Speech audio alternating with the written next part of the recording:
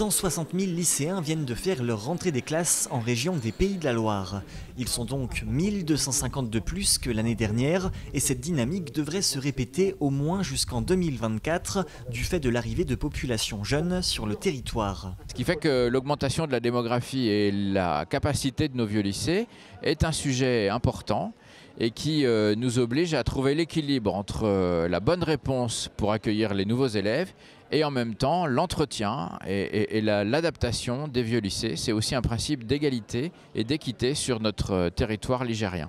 Alors comment adapter ces vieux lycées construits et agencés à une époque où l'on enseignait différemment, avec des classes plus petites ou plus grandes? Nous avons mis en place un observatoire, bassin de vie par bassin de vie, c'est ça la nouveauté. Plutôt que de regarder globalement la région, on a fait bassin de vie par bassin de vie, de façon à regarder à la fois entre les jeunes qui sont déjà en primaire, qui vont passer en collège, donc qui sont déjà là d'une certaine manière, puis ceux qui vont arriver pour avoir une idée précise des besoins pour dans 10 ans, parce qu'il faut longtemps pour construire un lycée.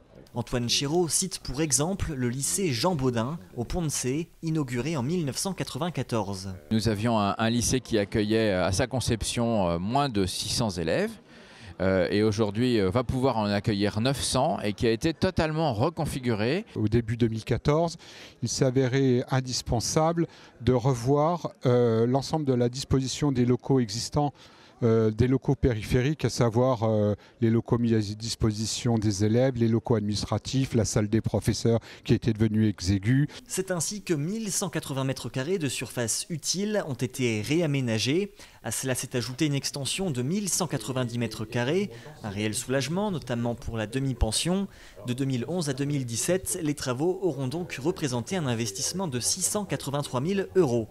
Grâce à ce soutien régional, Jean Baudin réfléchit à créer un BTS métier du notariat en formation scolaire et par apprentissage. La Chambre des notaires du Maine-et-Loire était à la recherche d'un lycée pour accueillir ce BTS et donc c'est en fait simplement l'aboutissement d'une rencontre et d'une proposition et d'un accueil possible dans l'établissement. Ce BTS est une étape importante pour le lycée. Elle constitue en effet son premier débouché vers l'enseignement supérieur. Autre nouveauté déjà opérationnelle, l'ouverture d'un bac sciences et techniques de laboratoire, une formule qui vient renforcer l'offre de formation technologique chez Jean Baudin.